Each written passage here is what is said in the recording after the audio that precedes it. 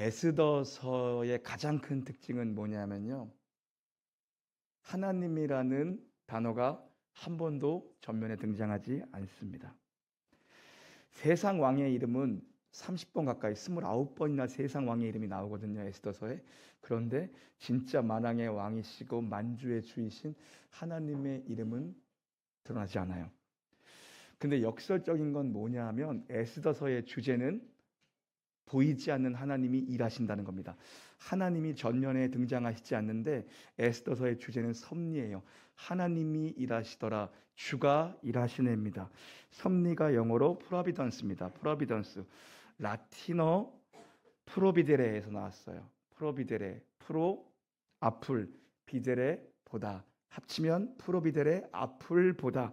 하나님은 앞을 내다보시는 분이고 하나님은 앞서 일하시는 분이고 하나님은 앞서서 우리를 인도해 가시는 섭리의 하나님이라는 거예요. 에스더서에는 하나님이 전면에 한 번도 등장하지 않는데 하나님이 쉬지 않고 일하시는 걸 보여주고 있습니다. 우리의 삶도 마찬가지입니다.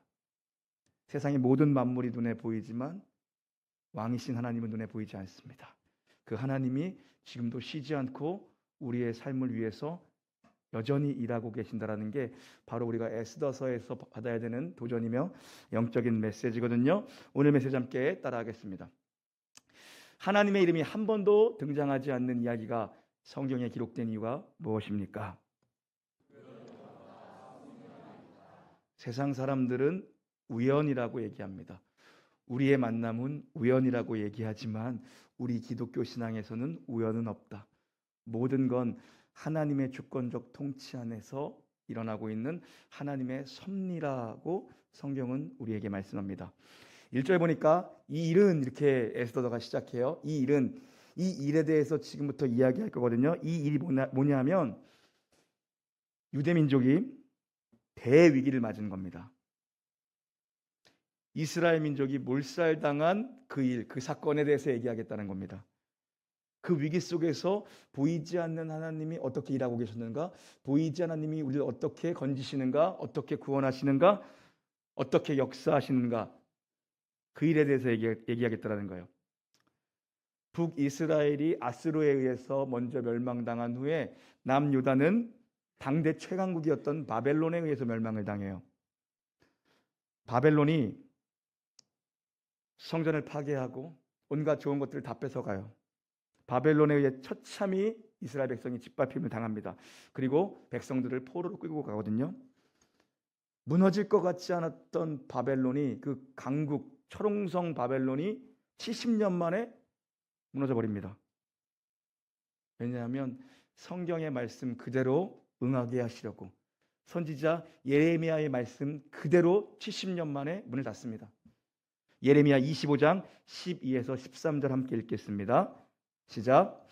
여호와의 말씀이니라. 70년이 끝나면 내가 바벨론의 왕과 그의 나라와 갈대아인의 땅을 그 죄악으로 말미암아 벌하여 영원히 폐허가 되게 하되 내가 그 땅을 향하여 선언한 바 곧 예레미야가 모든 민족을 향하여 예언하고 이 책에 기록한 나의 모든 말을 그 땅에 임하게 하리라. 아멘. 페르시아가 패권을 잡습니다. 페르시아가 바벨론을 깨부셔요. 페르시아의 고레스 왕이 관용 정책을 베풀어서 토로민으로 있던 자들을 자기 고국으로 돌려보내는 정책을 핍니다.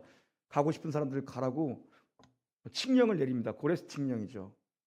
그래? 그럼 집에 갈까? 그 칙령이 되어래요. 막상 유다 자기 고토로 돌아간 사람은 그렇게 많지 않습니다.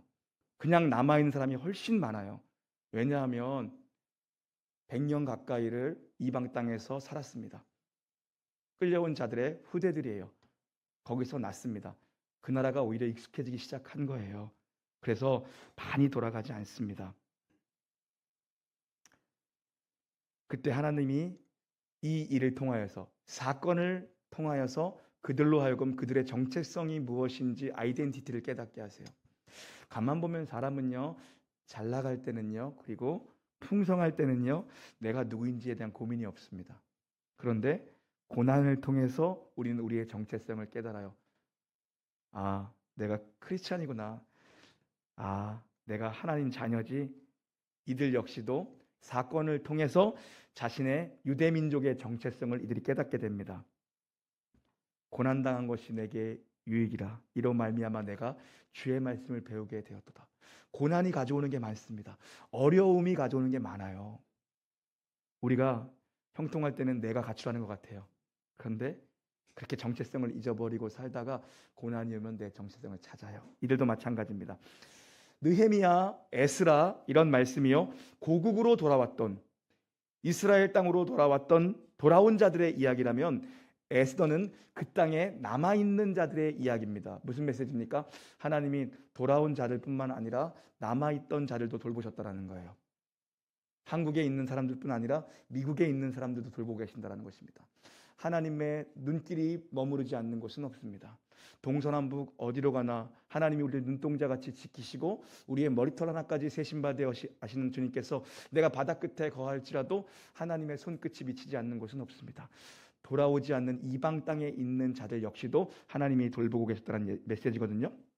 오늘 1장 길게 읽었는데요. 첫 시간이라 이제 서론이에요. 페르시아 제국의 왕후였던 왕후였던 와스디가 폐위되는 내용이 우리가 읽은 내용입니다. 1절부터 4절까지가 무슨 내용이냐면 페르시아 제국이 엄청 센 나라라는 것을 막 부연 설명하고 있는 겁니다. 그러니까 에스더가 살던 그 시대의 배경은 페르시아 제국의 전성기, 세계를 호령하던 그때입니다. 당시 페르시아의 왕의 이름이 아하수에로입니다. 아하수에로. 이것을 세계 역사에서는 누구라고 얘기하냐면 크세르크세스라고 부릅니다. 크세르크세스. 성경에는 이 사람을 아하수에로 왕이라고 기록합니다. 영화 300 보신 분 오른손 한번 들어보세요. 네, 우리 성도님들은 오직 기도와 말씀의 사람이라 영화도 안 봐. 대작도 안 봐. 그냥 오직 기도하고 주님 오늘도 아멘. 영화 300에서 머리 밑머리에다가 여기다 뭐 이렇게 하고 금장 막 두르고 나온 사람 있잖아요. 그 사람이 크세르크세스 아하수에로입니다. 오늘 등장하는 바로 아하수에로입니다. 1절 보면 아하수로 왕 때 페르시아 제국의 영토가 어느 정도인지를 설명하는데요. 인도, 간다라 문명, 인도에서부터 구스, 이디오피아까지가 제국의 영토였습니다. 그러니까 어마어마한 땅을 차지하고 있었던 거예요. 그래서 땅덩어리를 127개 도로 나눠서 각 도마다 총독을 세워서 관할하게 해요. 당시에 동원 병력만 100만 명이 가까웠대요. 그러니까 이 제국은 어마어마한 힘을 가진 제국이에요. 2절 또 3절 보니까 아하수에로 왕 통치 3년 차에 이 사건이 일어났던 건데요. 아하수로의 왕이, 오늘 뭐 발음이 좀 이상하고 자꾸 이름 틀려도 그냥 우리끼리 그냥 그 사람이라고 알자고요. 예. 수상궁에서 파티를 열어요.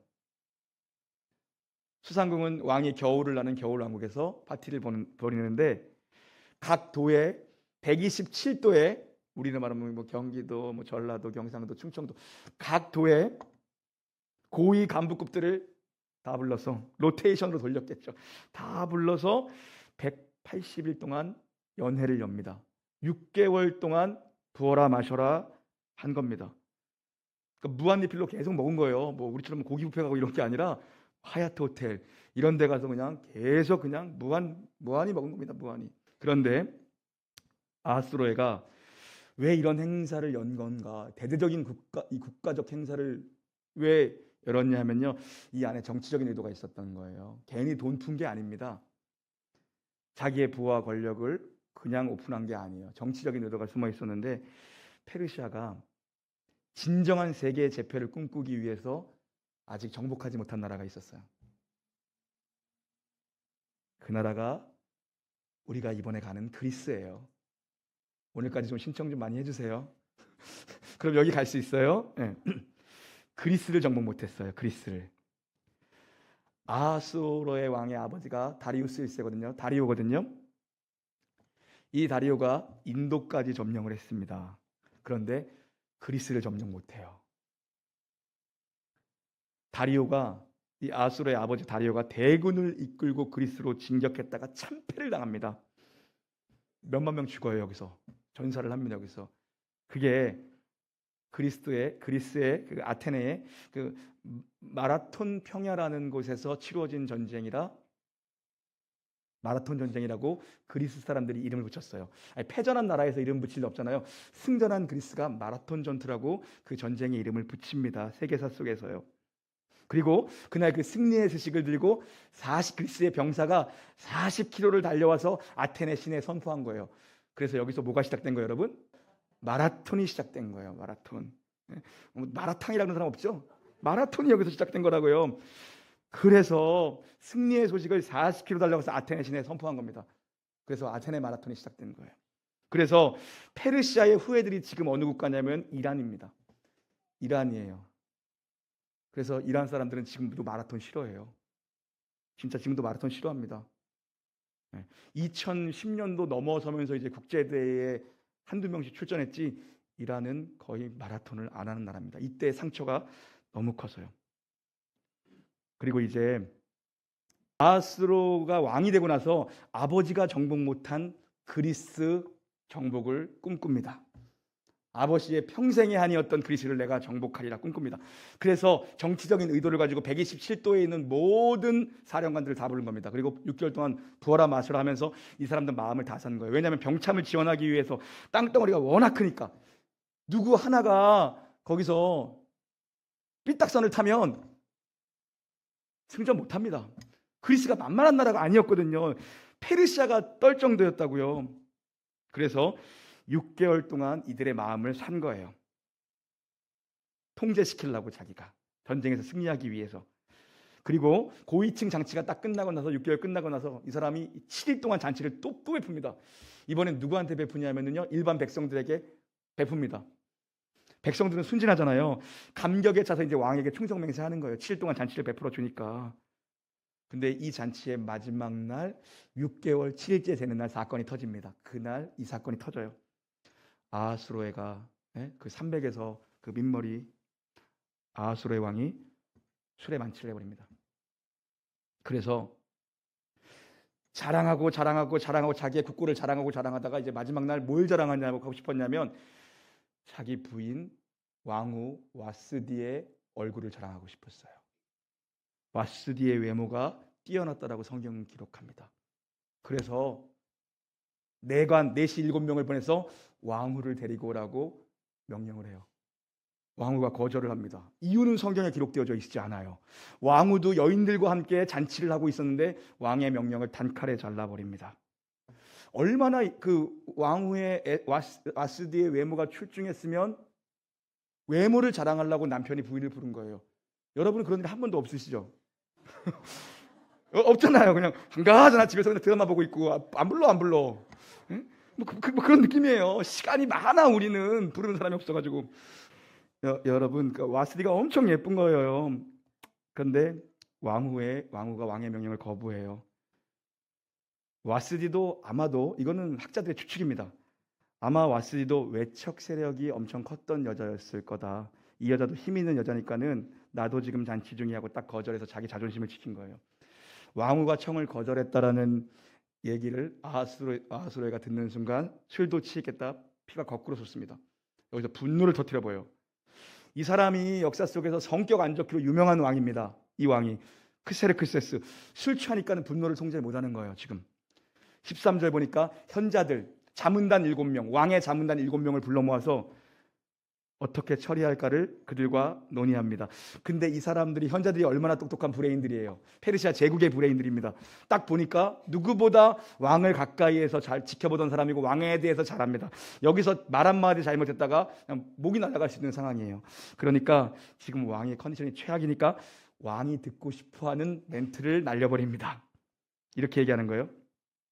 왕이시여, 아무리 왕후라고 하지만 남편의 말을 무시하는 부인들을 그냥 두시면 온 나라의 여자들이 남편의 권위를 우습게 할 겁니다. 왕후를 폐위시키십시오. 이렇게 얘기합니다. 그래서 반나절 만에 와스디가 폐위를 당합니다. 제국의 왕후가 그냥 폐위를 당해버려요.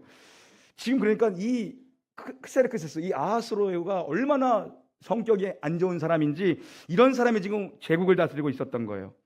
여러분, 그런데 여기가 바로 하나님이 숨어서 일하고 계시던 타이밍이었던 거예요.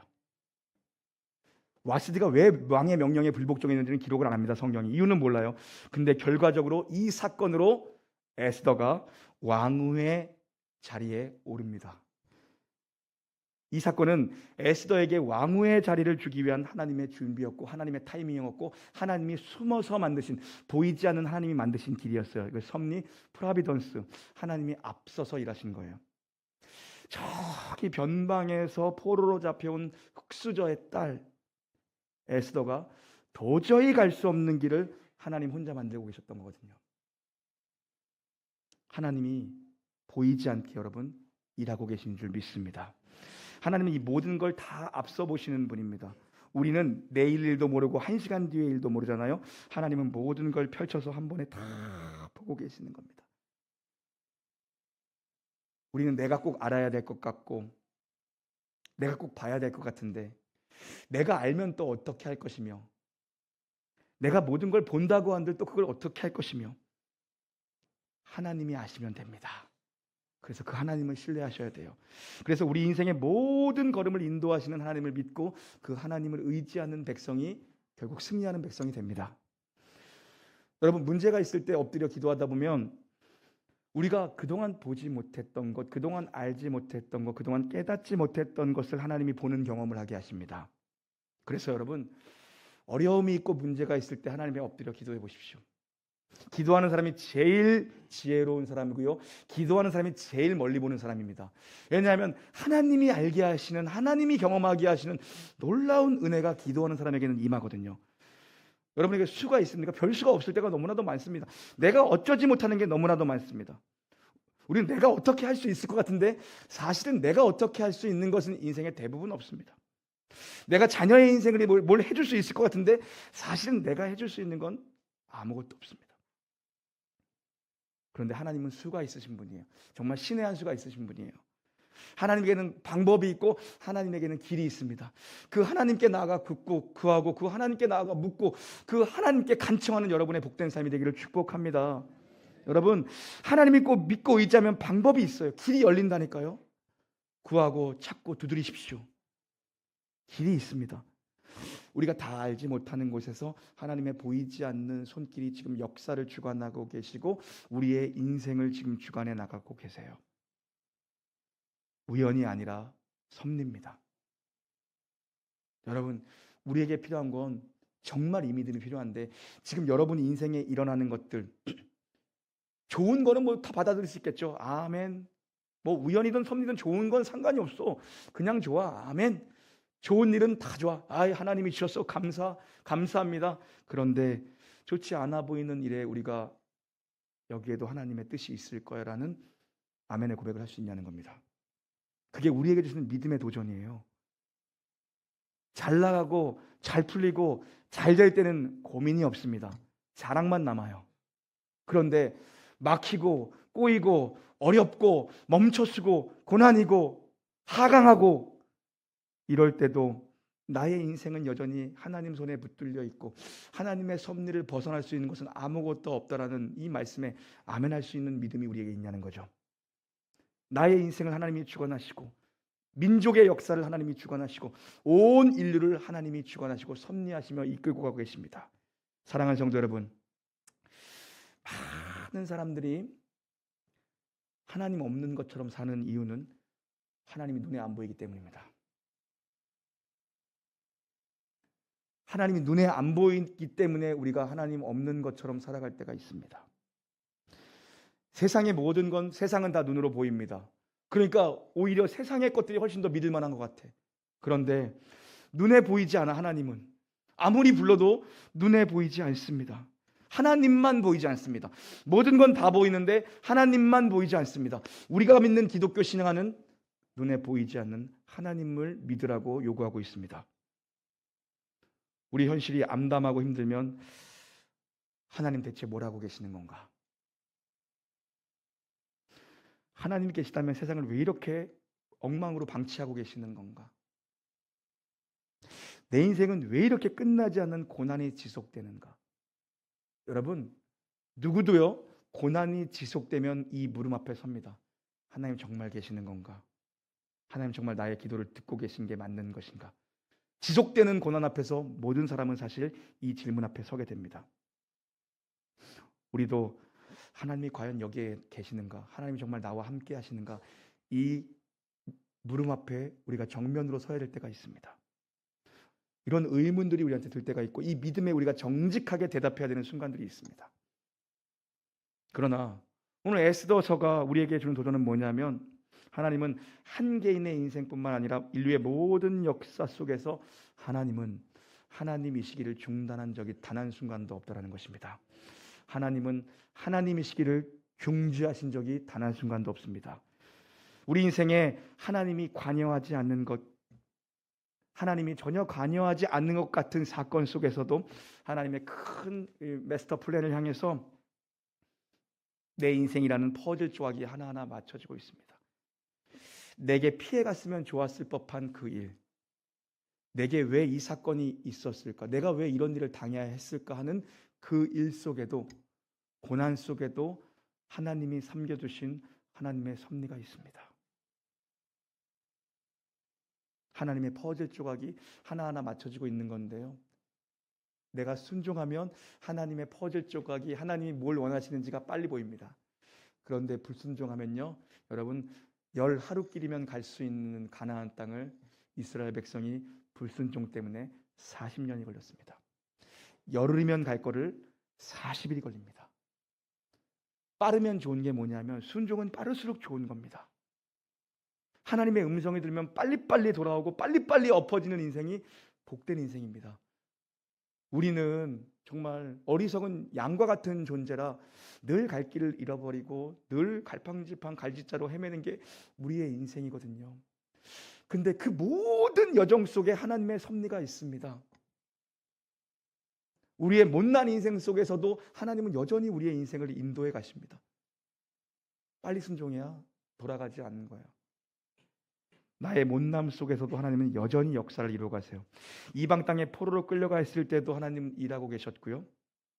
이들이 돌아온 백성들 거기에만 하나님이 일하신 게 아니라 이방 땅에 여전히 남아 있는 자들을 가지고도 하나님은 자신의 역사를 쓰고 계셨고 하나님은 쉬지 않고 일하고 계셨습니다. 모세가 그의 나이 40이 자기는 자기 인생의 전성기라고 시작했습니다. 그의 나이 40이 됐을 때 내가 애굽의 모든 문물을 겪었어. 나 지금이야말로 내 인생의 전성기야. 내가 지금이야말로 한번 해볼 시간이야. 내가 지금이야말로 민족을 위해서, 내 민족 이스라엘 히브리인을 위해서 내가 한번 해볼 수 있는 시간이라고 모세는 생각했는데 그때는 하나님의 타이밍이 아니었어요. 모세가 광야에서 처가살이 양치기를 하면서 한 해, 두 해, 모든 사람들이 애굽의 왕자였던 모세를 다 잊어버리고 있을 때, 모세조차도 자기가 겸비했던 문물을 다 잊어버리고 처가살이 양치기 하고 있을 때, 그때 나이 80에 하나님 찾아오신 겁니다. 모세야, 네가 희희낙낙할 때만 내가 네 하나님이 아니었고 광야에서 네가 양을 치고 있을 때에도 여전히 나는 너의 하나님이기를 포기한 적이 한 번도 없다고 하나님 말씀하십니다. 여러분 삶의 사방이 진을 친 것 같고 나를 못 살게 두는 것들이 사방에 진치고 나를 사방에서 우겨쌈을 당하더라도 하나님은 쉬지 않고 일하고 계십니다. 그래서 여러분 사방이 막혔으면 하늘을 보시면 됩니다. 하늘은 언제나 열려 있습니다. 여러분 지금 너무 사는 게 답답하시고 어떤 분은 너무 외로우시고 어떤 분은 정말 절망적인 상황 가운데 계십니까? 일이 안 풀려도 이렇게 안 풀릴 수 있나? 그런 상황 가운데 놓인 분 계십니까? 하나님 앞에 엎드려 기도하다 보면 하나님이 그 가운데에서도 여러분에게 주시는 메시지가 있을 줄 믿습니다. 어제 우리 청년부 수련회가 지금 평택에서 진행되고 있는데 내가 어제 너무 바쁘고 뭐 할 게 없고 너무 정신이 뭐 어수선해가지고 내가 거기를 깜빡했어. 거기 가야 되는 걸 깜빡했어. 근데 홍지명 목사님 생각을 하니까는 안 가면 삐질 것 같은 거야. 청년들은 담임 목사 오든 말든 관심도 없어요. 근데 내가 뭐 다른 사람이었으면 안 갔어. 근데 내가 안 가면 홍지명 목사님이 그 성격에 삐질 것 같은 거야. 막 거기 그잖아요. 그래가지고 내가 뭐 운전하기도 너무 힘든 거예요. 갑자기 비가 막 쏟아지더니 어제 막 그냥 그래가지고 장로님한테 좀 같이 가자고 운전 좀 해달라고 내가 좀 머리가 너무 아파서 좀 운전하기 힘들다고 장로님이랑 갔는데 강사로 목사님이 오셨더라고요. 그래서 고기 구워주는 것도 맛있게 먹고. 네. 근데 홍지명 목사님 나 엄청 욕할 것 같아. 어제 거기 그 비 오는데 가는데 그 현금 인출기가 없는 거야. 어디 가도 어디 가도 없는 거야. 그래가지고 어디 무슨 기억도 안 나. 평택의 포승부 어디 그 어디 그 시내 아파트 단지까지 가가지고 비 오는데 그 10만 원을 찾았거든요. 여기다 놓았어 주려고. 안 주고 그냥 갔어. 지금까지 내 주머니에 있어. 엄청 욕할 거야 아마. 와서 고기만 먹고 그냥 갔다고. 안간히 난 못한 목사가 됐어. 나는 왔으면 돈을 주고 가야지, 왔으면 그냥 가냐고. 그러고 있을 것 같아 내가 볼 땐. 예. 어쨌든 그래서 뭐 밥 먹고 이제 있는데 강사 목사님 오셨더라고요. 누군지 잘 몰랐어요 목사님이랑. 근데 잠깐 얘기하는데 뭐 제 또래 정도 되신 것 같아요. 그래서 이제 목사님이 뭐 얘기하다 보니까는 개척하신 지 3년 될 때 코로나 때 개척하셨대요. 코로나 때 개척하셨대. 그래서 목회하는 게 너무 힘들다고. 이제 평일은 대학교 교수님이시래요. 그래서 이제 학교에서 이제 학생들 가르치고 이제 또 새벽이며 주말이며 이제 개척교회를 목회하시는데 코로나 때 개척해서 3년 목회하는데 너무 힘든데 목사님 어떻게 10년 하셨냐고. 보니까 저랑 동년배인 것 같아요. 하시면서 막 우는 거야. 막 그 사모님이 막 나를 보더니 그래서 목사님 너무 힘든 마음으로 저희가 여기 왔어요. 그러는 거예요. 왜요? 그러니까는 몇 명 없는 교인인데 3년 동안 목회해서 진짜 몇 명 없는 교인인데 이유도 모르겠고 전화도 안 받고 교회를 떠나가 버린다고 그냥 가버렸어요. 막 우는 거야. 그래서 사모님, 목사님, 나는 10년을 했는데도 여전히 적응이 안 됩니다. 10년을 해도 적응이 안 됩니다. 근데 저는 이 마음이 생겼어요. 사모님, 저 성도, 우리 성도 몇 명, 10명 앉아 있는데 저 성도 한 명 왔다고 우리 교회가 얼마나 기뻐하고 즐거워했어요. 근데 그때 그 성도 떠나보낸 목사님 마음 생각해 보신 적 있어요? 저는 10년쯤 오니까 그 생각이 들더라고요. 우리 교회 이 성도 왔을 때 내가 되게 기뻐했는데 저 성도를 떠나보낸 교회 목사님 마음 내가 몰랐던 거야. 근데 10년을 지나니까 그 마음이 먼저 보이고 그 목사님은 얼마나 힘들었을까. 사모님, 우리가 고난을 통과하면서도 하나님이 우리에게 주시는 메시지가 분명히 있습니다. 잘 될 때에도 어려운 사람들, 작은 교회 무시하지 말고 그분들 돌보고 그분들 섬기고 그분들 위로하라는 메시지를 우리가 받으면 하나님이 우리에게 채워주실 때 우리가 그분들 섬기는 일을 같이 하면 얼마나 좋을까요? 그러니까는 거기서 교수님이나 된 분이 이것 때문에 이 힘든 가운데서 목사님 여기서 만나게 하려고 우리 위로받게 하려고 오늘 여기 오게 한 것인 것 같아요. 하나님의 인도하신 섭리가 있었던 것 같아요. 그러시더라고요. 여러분, 우리는 정말 아무것도 모르는 사람들입니다. 나를 못 살게 두는 것들이 사방에 진치고 있을 때도 변함없이 하나님 일하고 계세요. 여러분이 절망의 휴용돌이에 빠져서 파도에 빠져서 허우적거릴 때 그 가운데도 하나님 일하고 계시고요. 여러분이 그동안 내가 잘났다고 내가 잘 나간다고 뛰어다닐 때 생각해 보세요. 그때 여러분이 몇 킬로 뛰었습니까? 그거보다 고난의 시간에 멈춰 있게 하실 때 하나님이 더 큰 일을 하세요.